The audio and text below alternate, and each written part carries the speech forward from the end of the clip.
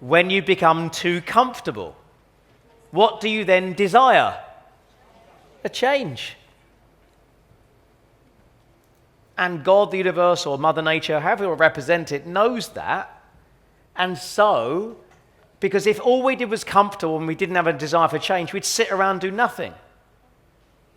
And so change is an evolutionary drive to change.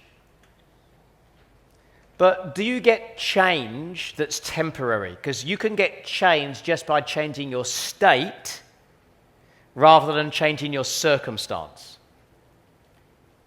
So do you just go for a change in emotion, or do you go for a change in your life, your environment, your relationships, your business, your money? Because you can get a temporary change by just using something that makes you feel better in the moment. Does that make sense? And of course, there are many things you can consume that will give you a changing state. So change is important, and here's why. And these two actually work together to produce something that human beings need. So, when you've got on one side the need for comfort, stroke certainty, and then on this other side, we've got here this need for change.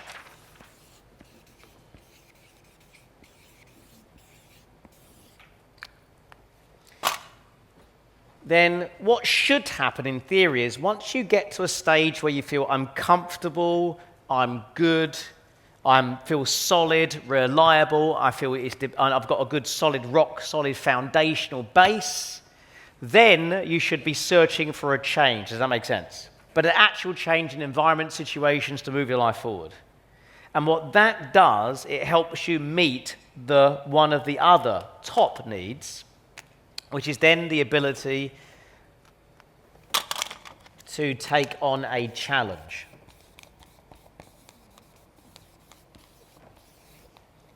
So that's also a need. So the change needs to be something that challenges you, because that means you then grow as a human being.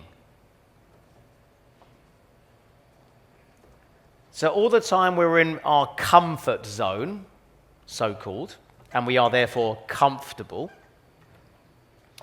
then we're not growing, we're just repeating. It's just repeating patterns of comfort. Nothing wrong with that.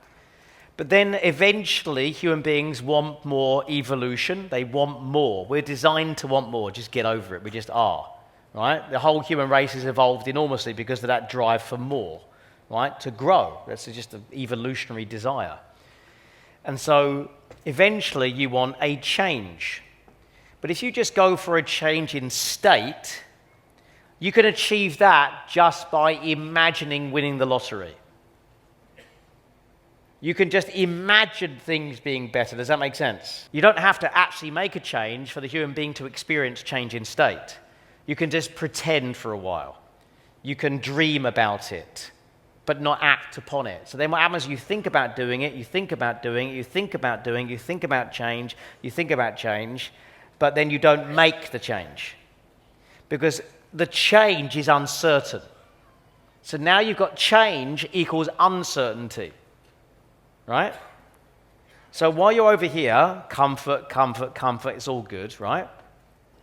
But most of you are here because you want change, right? You wouldn't be here if you didn't have power to achieve. Why would you come to an event like this if you're happy with your life the way it is? Clearly, you want a change. You don't want to ingrain more of what you know. That's pointless. You can do that by yourself. So you're here feeling comfort, and then guess what? An email drops into your email box, come to Power to Achieve, right? Or an advert on Facebook comes up, oh, that's interesting, isn't it? Right? And then you go, I should go with that. Yeah, I'll go with that. I'll put my name in and email address, and there it goes. A couple of reminders, text, whatever, all right, I might go to that event. Yes, okay. Come to the event. Oh, is the Andy Harrington guy? He's all right. It's fine. I'll stick around a bit longer. It's fine.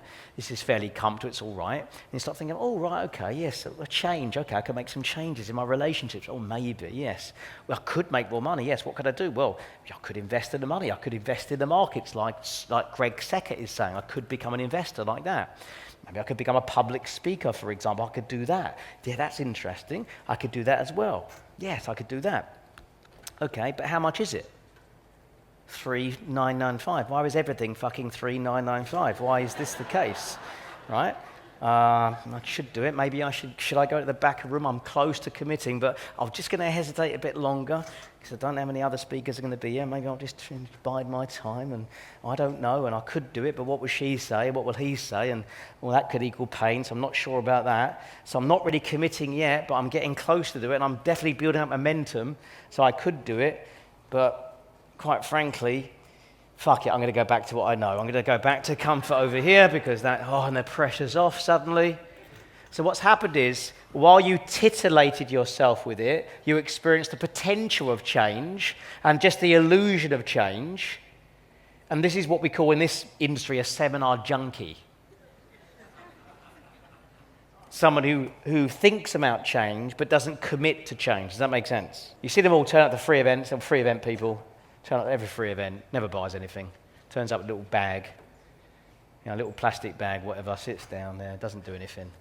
Just comes along for the free coffee and tea. You know the ones? Right? We are looking for those people to commit because we know, we've been there.